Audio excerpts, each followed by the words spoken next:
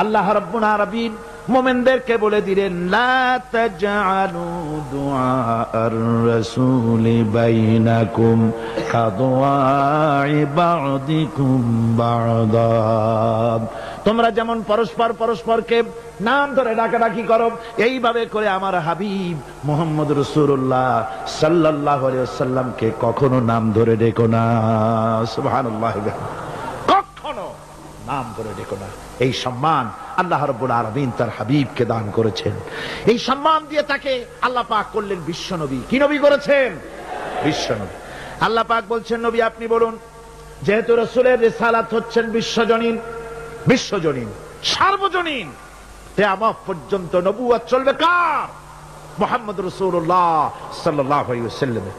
আল্লাহ রাব্বুল আলামিন বলেন, কুল ইয়া আইয়ুহান নাসু ইন্নী রাসূলুল্লাহি ইলাইকুম জামিআ। ও নবী আপনি বলে দেন, হে মানব সকল, আমি তোমাদের সকলের জন্য আল্লাহর পক্ষ থেকে রাসূল হয়ে এসেছি। সকলের জন্য আমি রাসূল। এই জন্য মুহাম্মদ সাল্লাল্লাহু আলাইহি ওয়াসাল্লাম শুধু আমাদের মুসলমানদের রাসূল এটা দাবি করা যাবে না, তিনি সকলের জন্য। আল্লাহ যেমন সকলে, আল্লাহ কি শুধু মুসলমানদের না? সূরা ফাতিহায় কি পড়ি? আলহামদুলিল্লাহি রাব্বিল মুসলিমিন পড়ি, রাব্বিল আউলিয়া ওয়াল মুত্তাকিন পড়ি, রাব্বিল কি বলে রব্বুল মুত্তাকিন পড়ি না, আমরা পড়ি আলহামদুলিল্লাহি রাব্বিল আলামিন। আল্লাহ হচ্ছেন সকলের জন্য, সকলের স্রষ্টা। আল্লাহ যেমন সকলের, আল্লাহ পাক বলেন আমি যেমন সকলের, আমার নবী বিশ্ব নবীকে বানায় দিলাম। ওয়ামা আরসালনাকা ইল্লা রাহমাতাল লিল আলামিন। আমি রব্বুল আলামিন আর আমার হাবিব হচ্ছেন রাহমাতুল লিল আলামিন। আমি সকলের স্রষ্টা আর আমার রাসূল সকলের জন্য রহমত। যারা বলেন সুবহানাল্লাহ, সকলের জন্য তিনি রহমত।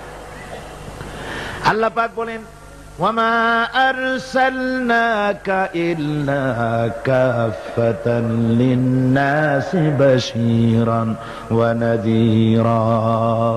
আমি আপনাকে तमाम পৃথিবীর মানুষের জন্য সুসংবাদদাতা হিসেবে আর সতর্ককারী হিসেবে আপনাকে প্রেরণ করেছি, সকলের জন্য আপনি। আল্লাহ রাব্বুল আলামিন তার হাবিব সম্পর্কে বলেন, তাবারাকাল্লাযী নাযালাল ফুরকানা আলা আবদিহি লিয়াকুনা লিল আলামিনা নাযীরা। অতীব বরকতশালী সে আল্লাহ রাব্বুল আলামিন, যিনি তার বান্দার উপরে ফুরকান অবতীর্ণ করেছেন, যাতে করে তিনি তার কওমের কাছে দাওয়াত পৌঁছান। এ কথা বলা হয় নাই লিয়াকুনা লিল আলামিনা নাযীরা, বিশ্ববাসীর কাছে যেন তিনি দাওয়াত পৌঁছাতে পারেন, আল্লাহর সম্পর্কে, জাহান্নাম সম্পর্কে ভীতি প্রদর্শন করাতে পারেন, জান্নাতের সুসংবাদ দিতে পারেন, হেদায়েতের দাওয়াত পৌঁছে দিতে পারেন। এই জন্য আমি রাসূলকে পাঠিয়েছি তাম বিশ্বের সমস্ত মানুষের জন্য। সুবহানাল্লাহ ওয়া বিহামদিহি, তিনি সকলের জন্য। তার সম্মান আর মর্যাদা আল্লাহ রাব্বুল আলামিন এমন ভাবে পেশ করলেন, তার মর্যাদা এত বেশি, নবীর মর্যাদা এত বেশি, মুহাম্মদ সাল্লাল্লাহু আলাইহি ওয়াসাল্লাম যদি উম্মতের কোন ব্যাপারে যদি বলেন হ্যাঁ, অমনি উম্মতের জন্য তা হালাল হয়ে যায়। সুবহানাল্লাহ বলেন। কি আছে এমন যে তার মুখের কথাই কোন পরামর্শের ধার ধারে না? মুখের কথাটা কি? আইন। রাসূল যদি বলেন হ্যাঁ, উম্মতের জন্য কি হয়? হালাল। হালাল। রাসূল বলছেন না, উম্মতের জন্য কি হয়ে গেল? হারাম হয়ে গেল। সুবহানাল্লাহ ওয়া বিহামদিহি। এটা হচ্ছে আল্লাহ তার রাসূলকে লেজিসলেটিভ পাওয়ার, আইন তৈরি করার অধিকার আল্লাহ তার হাবিবকে দিয়েছেন। রাসূল ছিলেন শারে, শরীয়ত প্রণেতা। হালাল হারামের সীমারেখা কোরআনে যা আছে এতগুলি শেষ নয়। হালাল হারামের সীমারেখা রাসূলে পাককে প্রদান করার জন্য, নির্ধারণ করার জন্য আল্লাহ পাক তাকে পারমিশন দিয়েছেন, পাওয়ার দিয়েছেন। ওয়ামা আতাকুমুর রাসূলু ফাখুযুহু ওয়ামা নাহাকুম আনহু ফান্তাহু। এই আয়াত দিয়ে প্রমাণিত হয় রাসূল তোমাদের জন্য যা দেন তা গ্রহণ করো, যা নিষেধ করেন তার থেকে বিরত থাকো, ফিরে থাকো। রাসূল পাক সাল্লাল্লাহু আলাইহি ওয়াসাল্লামের ইজ্জত, সম্মান এভাবে আল্লাহ দান করলেন। হ্যাঁ বললে হালাল হয়ে যায়, না বললে হারাম হয়ে যায়। রাসূলের মর্যাদা এত বেশি, তিনি যদি পথ চলেন পা উঁচু করলে আরশ আজিম পর্যন্ত চলে যান।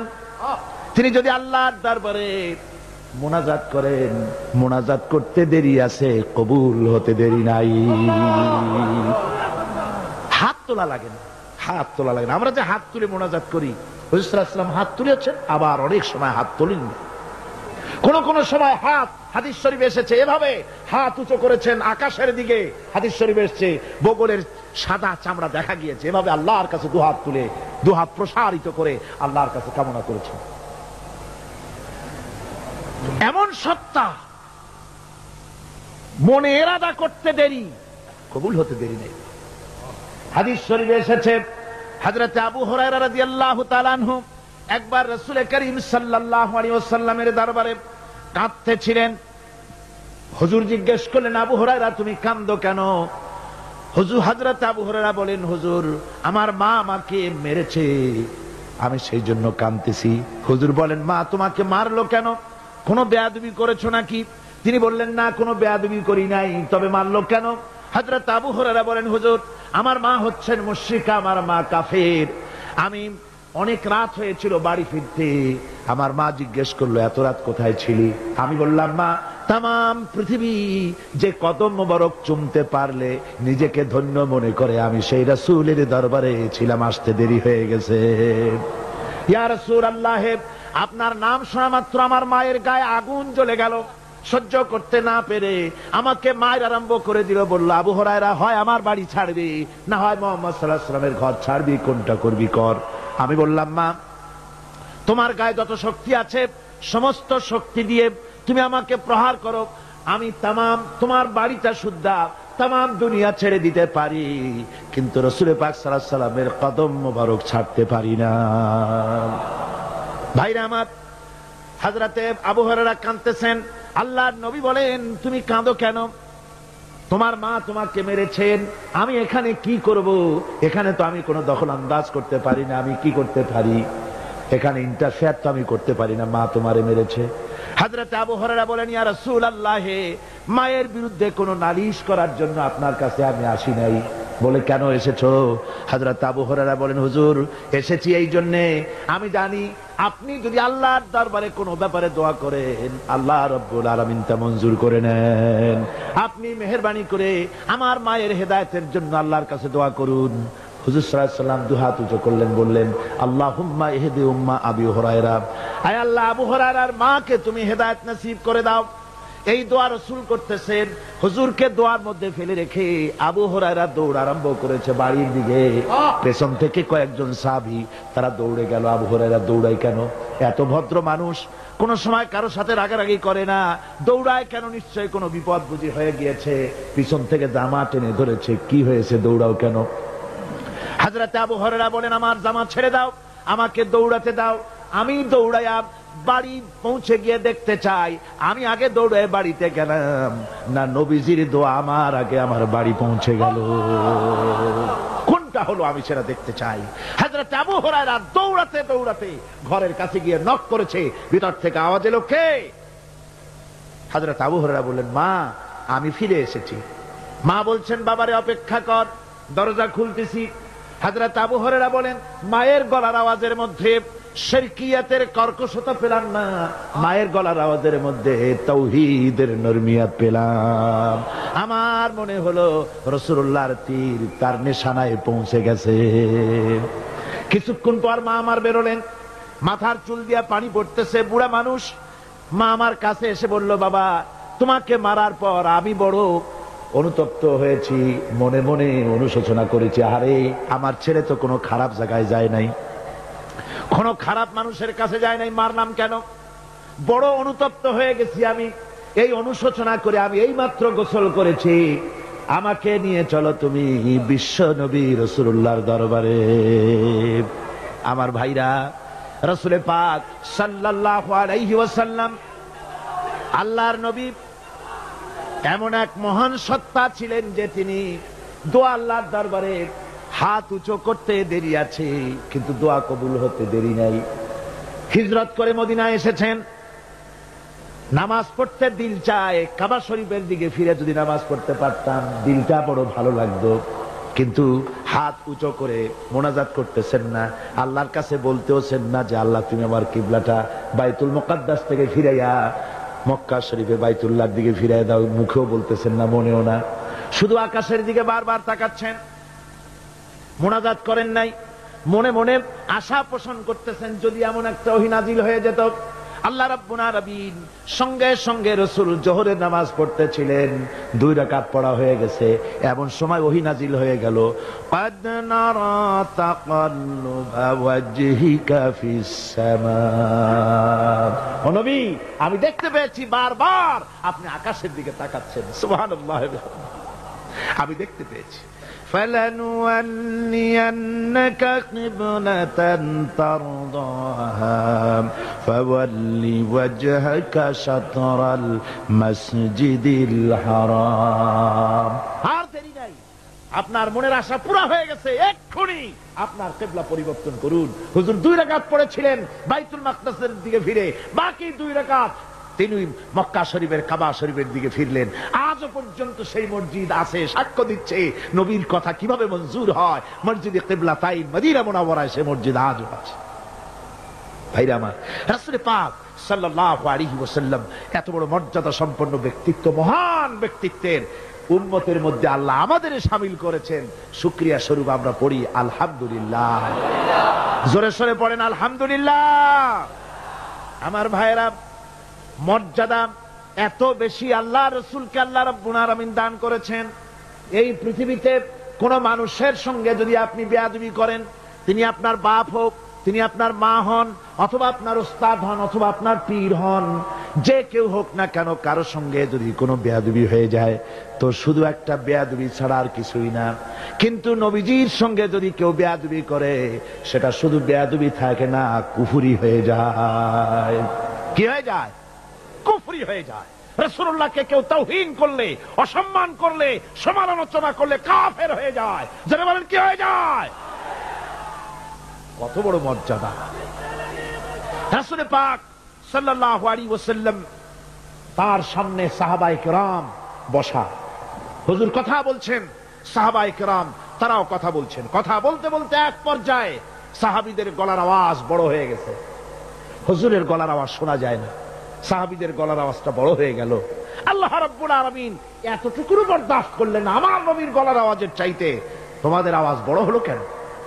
সঙ্গে সঙ্গে ওহী নাজিল হয়ে গেল। আল্লাহ রাব্বুল আলামিন বলেন, ইয়া আইয়ুহাল্লাযীনা আমানু লা তারফাউ আসওয়াতাকুম ফাওকা সাওতিন নবী। ও বিশ্বাসীরা, খবরদার, তোমরা যারা ঈমান এনেছো শোনো, তোমাদের গলার আওয়াজ যেন আমার নবীর গলার আওয়াজের চাইতে বড় না হয়ে যায়। যদি তা হয়, আনতাহবাতা আমালুকুম, জীবনের সমস্ত ভালো কাজগুলি আমি আল্লাহ বরবাদ করে দেব। আজ পর্যন্ত এই আয়াতে কারিমা রাসূল পাক সাল্লাল্লাহু আলাইহি ওয়াসাল্লামের রওজায়ে আতহারের সামনে সবুজ সাইনবোর্ডের উপরে সোনার অক্ষর দিয়ে এই আয়াতে কারিমা লেখা রয়েছে। সুবহানাল্লাহ। সর্বকালের, সর্বযুগের সর্বশ্রেষ্ঠ মহামানব, সর্বশ্রেষ্ঠ বিশ্বনবী, আল্লাহর পরে যার মর্যাদা, তিনি হচ্ছেন মুহাম্মদ রাসূলুল্লাহ সাল্লাল্লাহু আলাইহি ওয়াসাল্লাম। তার অনুসরণ করা ইবাদত, তার অনুসরণ করা কি? আর তার নাফরমানি করা কুফরি। আল্লাহ রাব্বুল আলামিন বলেন, নবী আপনি বলুন, কুল ইন কুনতুম তুহিব্বুনাল্লাহ ফাত্তাবিউনি ইউহিব্বুকুমুল্লাহ ওয়া ইয়াগফির লাকুম যুনুবাকুম ওয়াল্লাহু গফুরুর রহিম। নবী বলুন, তোমরা যদি আল্লাহকে ভালোবাসো, মুমিনদেরকে শোনানো হচ্ছে, শোনো, তোমরা যদি আল্লাহকে ভালোবাসো, ফাত্তাবিউনি, ও নবী আপনি বলে দেন যে তাহলে আমার অনুসরণ করো। কার অনুসরণ? নবীর। কার অনুসরণ? নবীর অনুসরণ। আল্লাহরে যদি ভালোবাসো, এ দাবি যদি সত্য হয়, আমার অনুসরণ করো। রাসূল তো এতিমদের সরদার। পৃথিবীর কোন এতিম যেন বলতে না পারে নবীজি আমার ব্যাপারে কি বলবেন, আমি তো এতিম মানুষ, আর তিনি আমার ব্যাপারে কিভাবে আমার দরদ বুঝবেন? নবীজিকে আল্লাহ পাক কেমন এতিম বানালেন, সমস্ত দুনিয়ার এতিমদের সর্দার বানালেন। মায়ের পেটে যখন তিনি ছিলেন 6 মাসের সময় মায়ের পেটে থাকাকালীন বাপের এতিম হয়ে গেলেন। যখন প্রসব বেদনা শুরু হয়েছে মায়ের, দুনিয়ায় যখন তিনি আসবেন, হযরতে আমেনা ঘরের ভিতরে বসে তার অবস্থাটা কি? এই সন্তান পৃথিবীতে আসতে পরে যিনি সবচাইতে বেশি খুশি হবেন তিনি তো আজ দুনিয়ায় নাই। মনের ভিতরে কত কষ্ট। আল্লাহ রাব্বুল আলামিন তার হাবিবকে দুনিয়া আনলেন। রাসূলের দাদা ঘরের সামনে তাঁবুর সামনে দাঁড়ায়া তায়েফ থেকে আগত সাদিয়া গোত্রের লোকদেরকে বলতেছেন, এই ঘরের ভিতরে একটা এতিম বাচ্চা আছে, বেশি টাকা কড়ি দেওয়া যাবে না, যদি দয়া হয় নিয়ে যাও। গরিব মানুষ, এতিম মানুষ দেখে শুনে কেউ আর নিতে চায় না। সবশেষে এলেন ভাগ্যবতী মেয়ে, ভাগ্যবতী মহিলা হযরতে হালিমাতুস সাদিয়া। তিনি এসেছেন, কোনো ছেলে পেলে পায় নাই, সকলের শেষে তিনি এসেছেন। আব্দুল মুত্তালিব বলছেন, এই ঘরের মধ্যে একটা এতিম বাচ্চা আছে, দয়া হলে নিয়ে যেতে পারো। তিনি স্বামীর সঙ্গে পরামর্শ করলেন, এরপরে বললেন, যদি দেখতে অন্তত ভালো হয়, মন যদি ভালো লাগে নিয়ে যাব, একেবারে খালি হাতে ফিরে যাওয়ার চাইতে তো ভালো। হযরতে হালিমা বলেন, আমি ঘরের মধ্যে প্রবেশ করলাম, মা আমেনার কোল থেকে শিশু মুহাম্মদ সাল্লাল্লাহু আলাইহি ওয়াসাল্লামকে যখন আমি কোলে নিলাম, আমি হুজুরের চেহারার দিকে নজর করে দেখলাম, আমার কাছে মনে হলো যেন পূর্ণিমার চাঁদটা আমার কোলে ধরা দিয়েছে। রাসূল কি শিশু মুহাম্মদ সাল্লাল্লাহু আলাইহি ওয়াসাল্লাম কি যখন নিয়ে বাড়ির দিকে রওনা হলাম, যে গাধা আমার সকলের পেছনে এসেছে সেই গাধা এখন সকলের আগে ছুটে চলে যায়। এরপরে বাড়ি যখন নিয়ে গেলাম, কুয়ায় পানি বাড়লো, গাছে ফসল বাড়লো, খেজুর গাছে খেজুর বাড়তে লাগলো, জমিনে ফলন বেড়ে গেল। রাসূলের দুধ বোন সাইমা রাসূলকে নিয়ে মুহাম্মদ সাল্লাল্লাহু আলাইহি ওয়াসাল্লাম তাকে দোলনা নিয়ে দোল দিতেছে। কি আশ্চর্য অবস্থা! সাইমা তাকে দোল দিচ্ছে আর বলতেছে, বেঁচে থাকুক মুহাম্মদ সাল্লাল্লাহু আলাইহি ওয়াসাল্লাম, সে দীর্ঘজীবী হোক। কবি লিখতেছেন, কি আশ্চর্য কথা! বেদুইন বালিকা কারে নিয়ে দোল দেয় সে কি তা জানে? বিশ্বনবী মুহাম্মদ রাসূলুল্লাহ সাল্লাল্লাহু আলাইহি ওয়াসাল্লাম এভাবে এতিম অবস্থায় জীবন তার শুরু হলো। যখন তিনি ফিরে এলেন 6 বছর বয়সের সময়, যখন মায়ের কাছে তিনি ফিরে এসেছেন, প্রতিদিন তিনি খেলা দেখতে যান ময়দানে। ইতিহাসের মধ্যে লেখা হয়েছে, মা প্রতিদিন সন্ধ্যার সময় তাকে ফিরে পান। আজকে সন্ধ্যা হয়ে গেছে, শিশু মুহাম্মদ সাল্লাল্লাহু আলাইহি ওয়াসাল্লাম বাড়ি ফেরেন না। কারণ কি, কেন বাড়ি ফেরে না? সন্ধ্যার দিকে তিনি চলে গিয়েছেন পাহাড়িয়া ময়দানে, যে দেখেন ধুধু করতেছে, চতুর্দিকে সন্ধ্যা হয়ে গেছে, অন্ধকার হয়ে গেছে, কোনো ছেলে পেলে নাই, কেউ নাই। পাহাড়ের পাদদেশে বসে শিশু মুহাম্মদ সাল্লাল্লাহু আলাইহি ওয়াসাল্লাম কাঁদতেছেন। মা প্রশ্ন করলেন, বাবারে, সন্ধ্যা উত্তীর্ণ হয়ে গেল, কেন একা একা বসে বসে কাঁদো?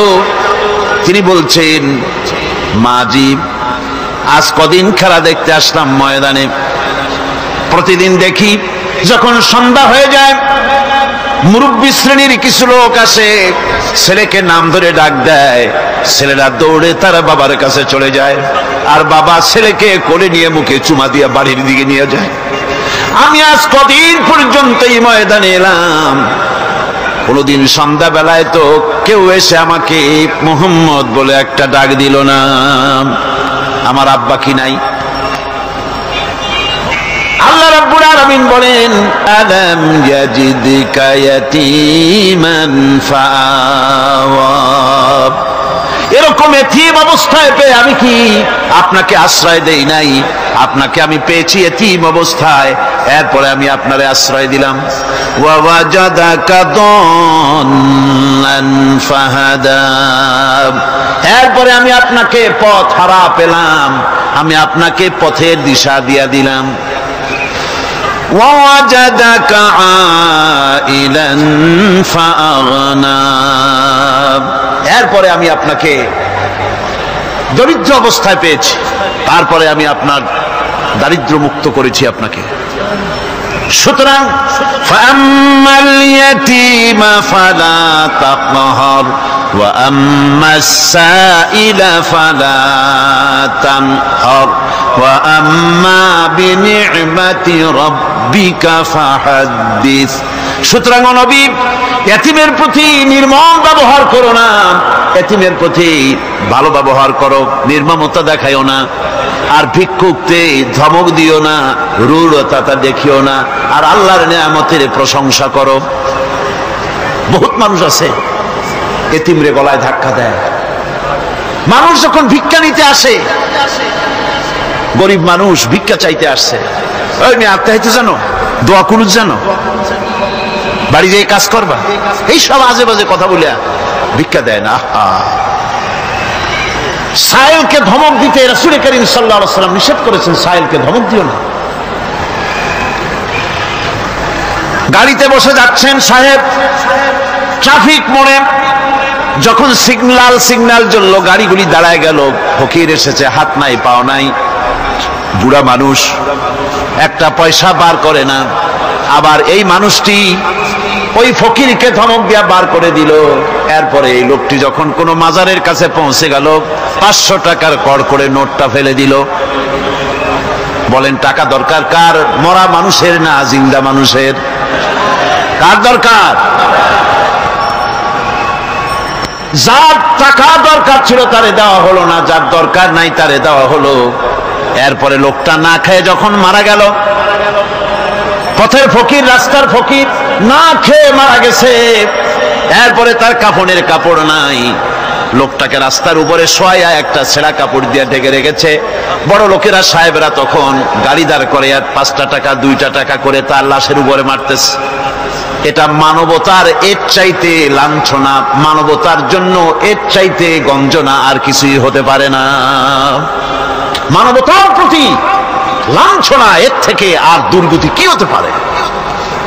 বেঁচে থাকার সময় 1টা টাকা আপনি দিলেন না, মরে যাওয়ার পর বিদায় হয়েছে বালাই, এখন দেওয়া শুরু করেছে।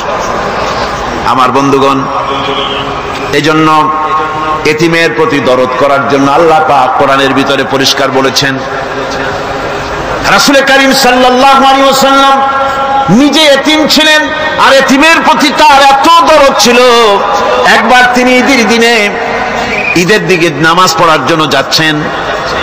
প্রতিমধ্যে দেখেন একটা বাচ্চা ছেলে কাঁদতেছে।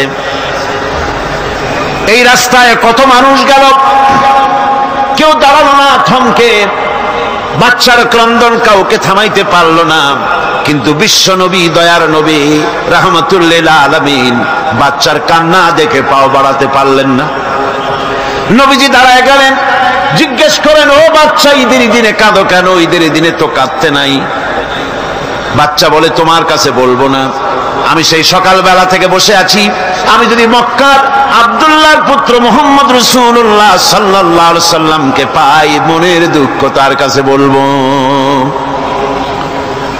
বিশ্ব নবী জমিনের উপরে বসে পড়লেন, বাচ্চারে কোলের উপরে উঠায় বলেন, বাচ্চা বলো কি তোমার দুঃখ? তুমি যার জন্য বসেছো আমি তো সেই এতিম নবী, কি বলতে চাও? বাচ্চা বলতেছেন, ইয়া রাসূলুল্লাহ, আমার বাবা মারা গেছে, সেই ছোট্টবেলায় একেবারেই তখন মায়ের পেট থেকে আমি আসার পর বাপ মরে গেল, আমার মা আর একজনের সঙ্গে বিয়ে বসেছে, সেই পুরুষটি আমারে দেখতে পারে না, আমার মা যদি আমারে কোলে করে এসে সহ্য করতে পারে না, আমারে চুমা খাইলে সহ্য করতে পারে না, আমারে খাবার দিলে মা মার খায়। আজ ঈদের দিনে রাতে আমার মা আমাকে বলল, বাবারে তোমার কপাল খারাপ, তোমার বাবা মারা গেছে, তোমাকে সাহায্য করার কেউ নাই, আমি তোমার যত্ন করতে পারলাম না, কোলে নিয়ে চুমাও দিতে পারি না, আমার এমনই কপাল খারাপ। সুতরাং এতিমের দরদ এতিম ছাড়া কেউ বুঝবে না। তুমি আজ চলে যাও ওই রাস্তায়, ঈদের রাস্তায় দাঁড়ায় থাকো, মাঠের রাস্তার পাশে, বিশ্ব নবীর কাছে তোমার দুঃখ বলো, এতিমের দুঃখ তিনি বুঝবেন। আমি মায়ের কথা মতো এই জায়গায় এতক্ষণ বসে আছি, হুজুর আপনি দয়া করে, আমার কথা তো আপনার কাছে বললাম, আমার মনের এই দুঃখ। নবীজি বাচ্চার কথা শুনতেছিলেন, চোখ দিয়া পানি পড়তেছিল। বাচ্চাকে বুকের সঙ্গে জড়িয়ে ধরে নবীজি বলেন, ও এতিম, মুহাম্মদ সাল্লাল্লাহু আলাইহি ওয়াসাল্লাম যদি তোমার পিতা হন আর হযরতে আয়েশা যদি তোমার মা হয়ে যায়, বলো তোমার মনের দুঃখ মেটে নাকি?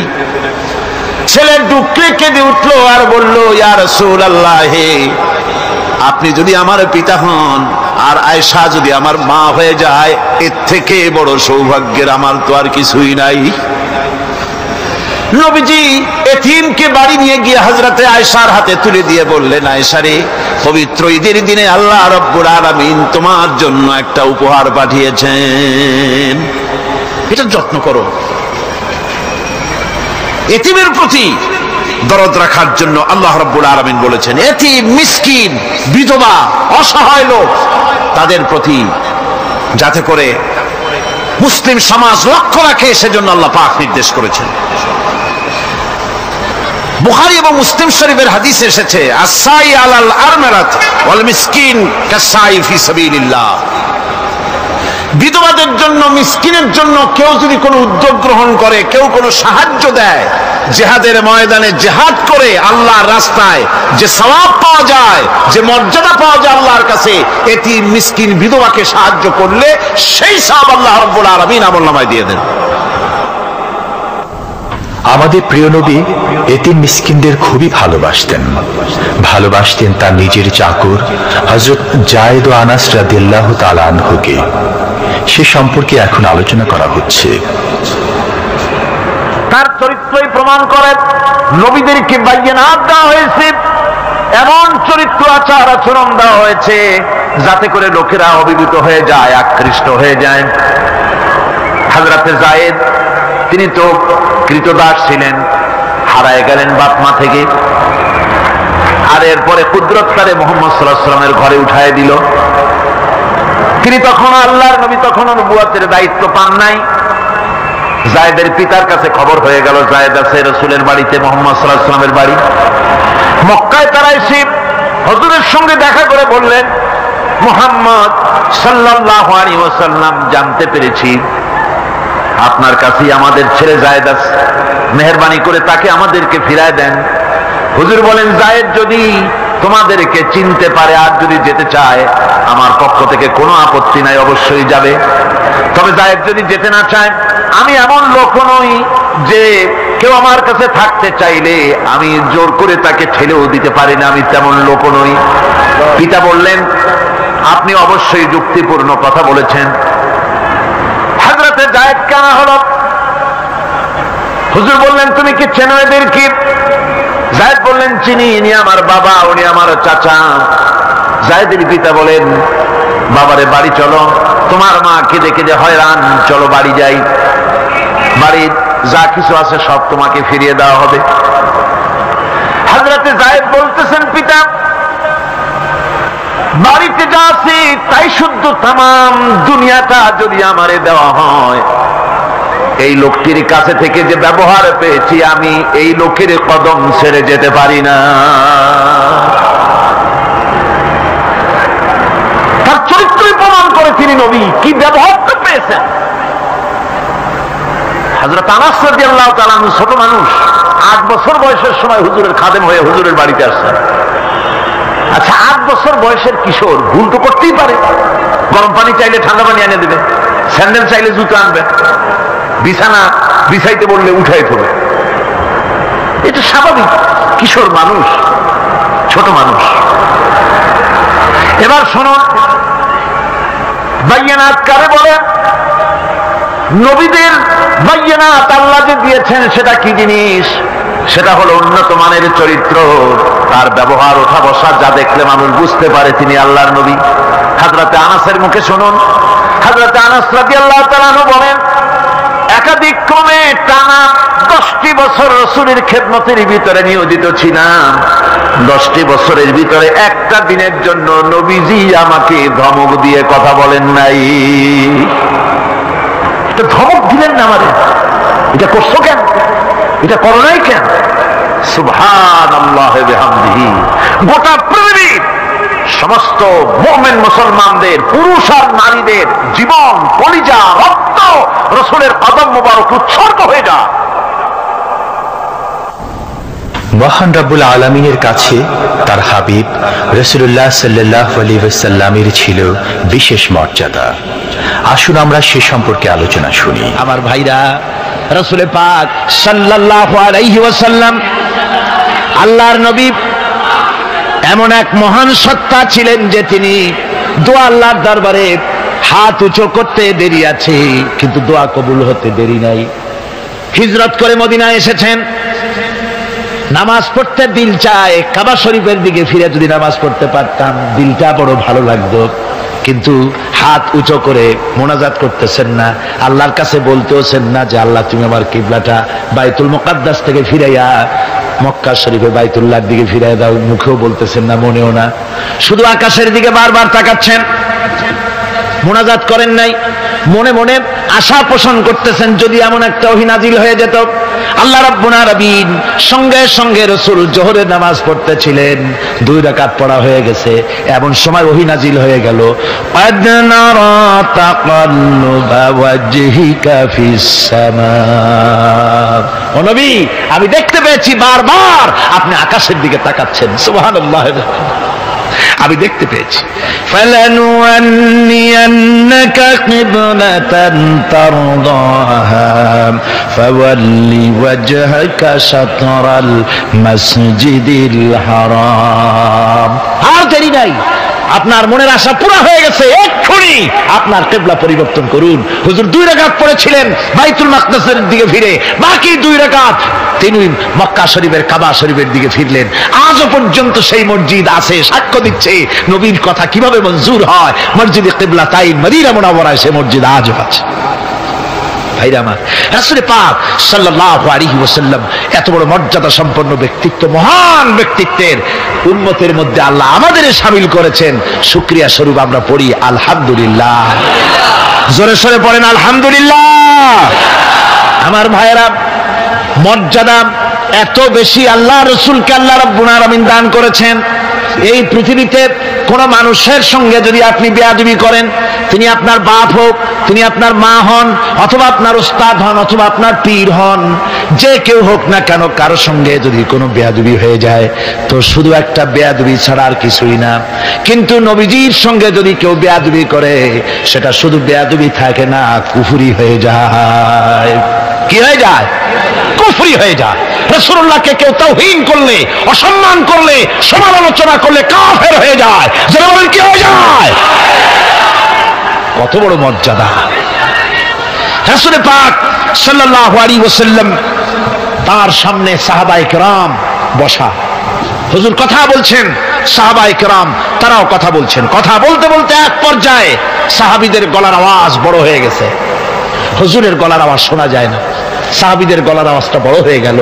আল্লাহ রাব্বুল আলামিন এতটুকু বরদাস্ত করলেন, আমার নবীর গলার আওয়াজের চাইতে তোমাদের আওয়াজ বড় হলো কেন? সঙ্গে সঙ্গে ওহী নাজিল হয়ে গেল। আল্লাহ রাব্বুল আলামিন বলেন, ইয়া আইয়ুহাল্লাযীনা আমানু লা তারফাউ আসওয়াতাকুম ফাওকা সাউতিন নবী।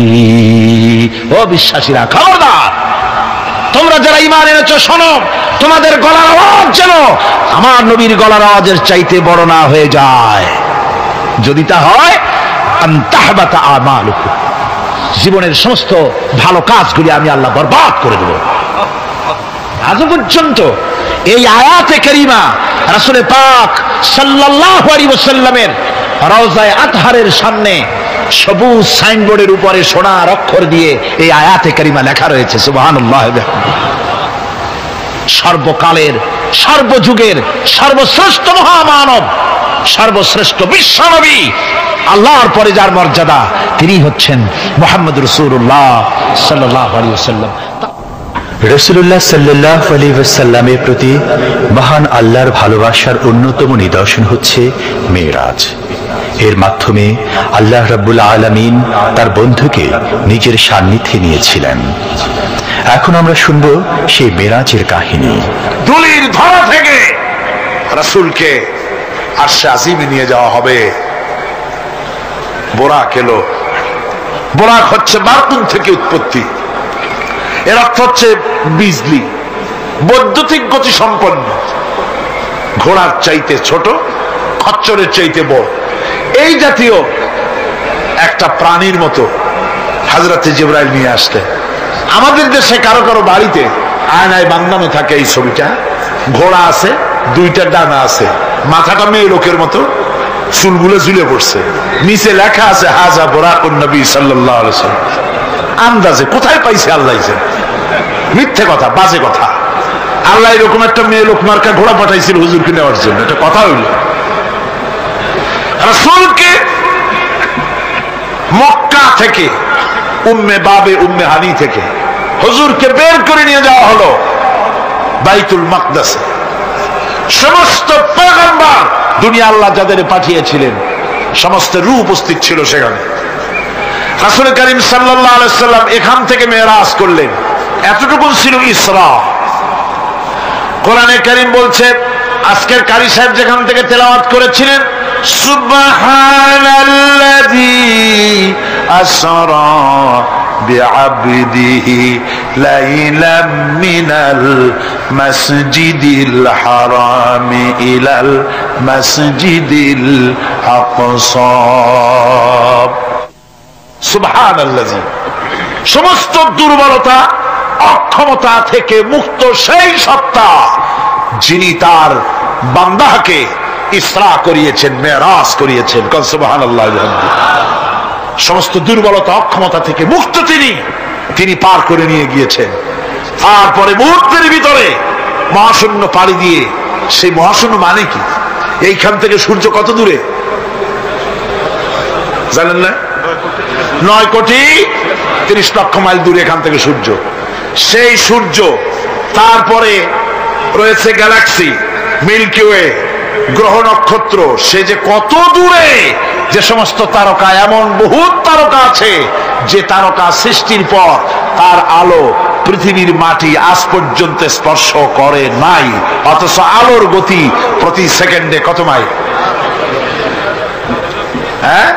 1,86,000 মাইল। এই 1,86,000 মাইলের সেকেন্ড, এর মিনিট, এর ঘন্টা, এর দিন, এর সপ্তাহ, এর মাস, এর বছর, এটাকে বলা হয় লাইট ইয়ার, আলোকবর্ষ।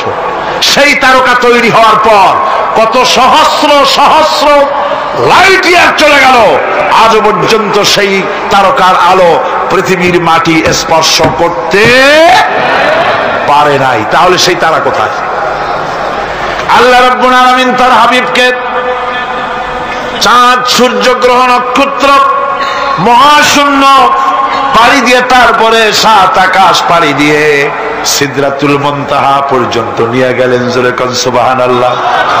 এবার সিদরাতুল মুনতাহা পর্যন্ত যাওয়ার পথে যত ঘটনা ঘটল সেগুলো আপনারা ইতিহাস থেকে পড়ে নেবেন, ওগুলি বলার সময় আমার কাছে নাই।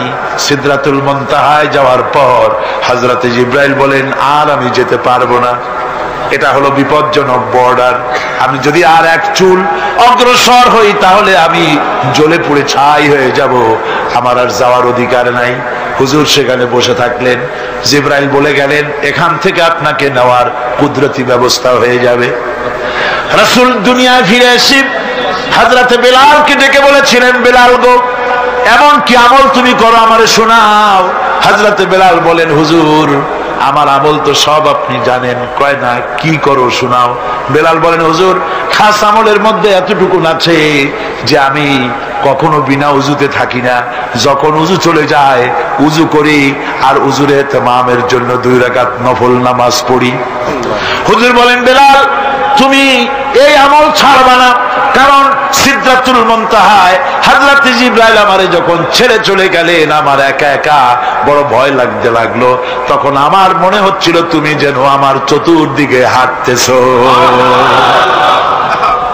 আমার ভাইরা, রফরফ নামক বিছানা চলে এলো। কুদরতি এই বিছানায় চড়ে নবীজি আল্লাহ রাব্বুল আলামিনের দরবারে আরশে আজিমে পৌঁছে গেলেন। জোরে বলেন সুবহানাল্লাহ, জোরে বলেন সুবহানাল্লাহ। যেখানে পৃথিবীর কোন মানুষের যাওয়া সম্ভব নয়, গোটা পৃথিবীর মানুষের মর্যাদা আল্লাহ পাক বাড়ায় দিলেন, আরশে আজিমে হুজুরকে নিয়ে গেলেন। তারপরে তিনি কথাবার্তা হুজুরের সাথে কি বললেন, সেই কথাগুলি নিয়ে আমাদের দেশে কথা হলো এই যে হুজুরকে নিয়ে আল্লাহ 5 ওয়াক্ত নামাজ দিছিলেন তো 50 ওয়াক্ত। মুসা আলাইহিস সালামের সাথে দেখা না হইলে তো কাম সারছিল, আমাদের আর উপায় ছিল না। আরে ভাই, শুধু নামাজ দেওয়াই যদি উদ্দেশ্য হবে তাহলে রোজার মতো তো আল্লাহ দুনিয়ায় বসে দিতে পারতেন কিনা, হজের মতো জাকাতের মতো পারতেন কিনা। শুধু নামাজের জন্য নয়, আল্লাহ পাকের কায়নাত দেখাবার জন্য আল্লাহ পাক তাকে নিয়েছিলেন। বেহেশত দেখাইছেন, দোজখ দেখাইছেন, ভালো কাজ করলে কিরকম শান্তি হবে, খারাপ কাজ করলে কিরকম শাস্তি হবে চোখে দেখাই দিয়েছেন মুহাম্মদ রাসূলুল্লাহ সাল্লাল্লাহু আলাইহি ওয়াসাল্লামকে। মেরাজ থেকে ফিরে এলেন, ঘরে এসে দেখেন উজুর পানি, উজু করে যে গেছিলেন উজুর পানি তখনও গড়াচ্ছে। যে দরজা দিয়ে বেরিয়েছিলেন দরজাটা ধাক্কায় তখনও কাঁপতেছে। যে বিছানায় শোয়া ছিলেন সে বিছানায় মানুষ শুয়ে থাকলে যেমন উষ্ণ থাকে সেরকমের উষ্ণ ভাব তখনও আছে। কেমনে হলো? কেমনে হলো? মাথায় ঢুকবে না। সুবহানাল্লাহ কোন ঢুকবে? জোরে কোন সুবহানাল্লাহ। এটার ব্যাপারে কোন বিজ্ঞান, দর্শন, যুক্তির প্রয়োজন নাই। প্রয়োজন শুধু এতটুকু, আল্লাহ তার হাবিবরে নেবেন, কত দ্রুত নিবেন, কত দ্রুত পাঠাবেন এটা তিনিই ভালো জানেন, আমাদের কোনো জানার কথা না। ঠিক কিনা কর?